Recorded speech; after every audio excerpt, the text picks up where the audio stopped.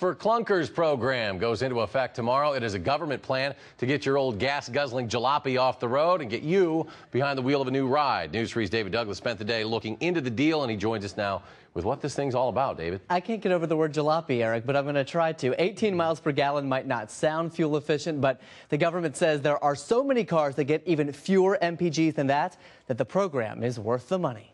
The Cash for Clunkers government rebate of up to $4,500 when you let Ford recycle your ride. The TV ads make it sound oh so enticing. And the government's Cash for Clunkers program is certainly a good deal, just not for everyone.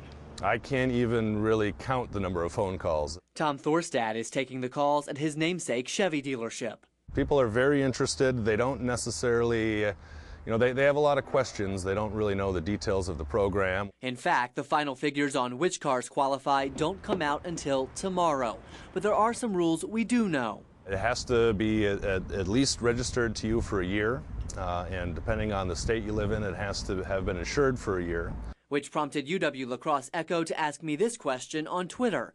Are there any loopholes if the car hasn't been insured for a year? It sits in the driveway. Parents didn't want to pay for it. We don't know yet. Wisconsin does not have mandatory insurance. Some states do have mandatory insurance. So the specific rulings on that will have to come from the Highway Transportation Department and our own state. Other rules we know include the car must be newer than 25 years old and be drivable. Even cars built in the last few years may qualify based on fuel economy. But remember that whole part about it not being a good deal for everyone? In some cases, the car they're asking about trading in is actually worth far more than the $4,500. At that point, you sort of slow them down. You say, well, no, wait, now. You may not want to do that because your car has value that exceeds that.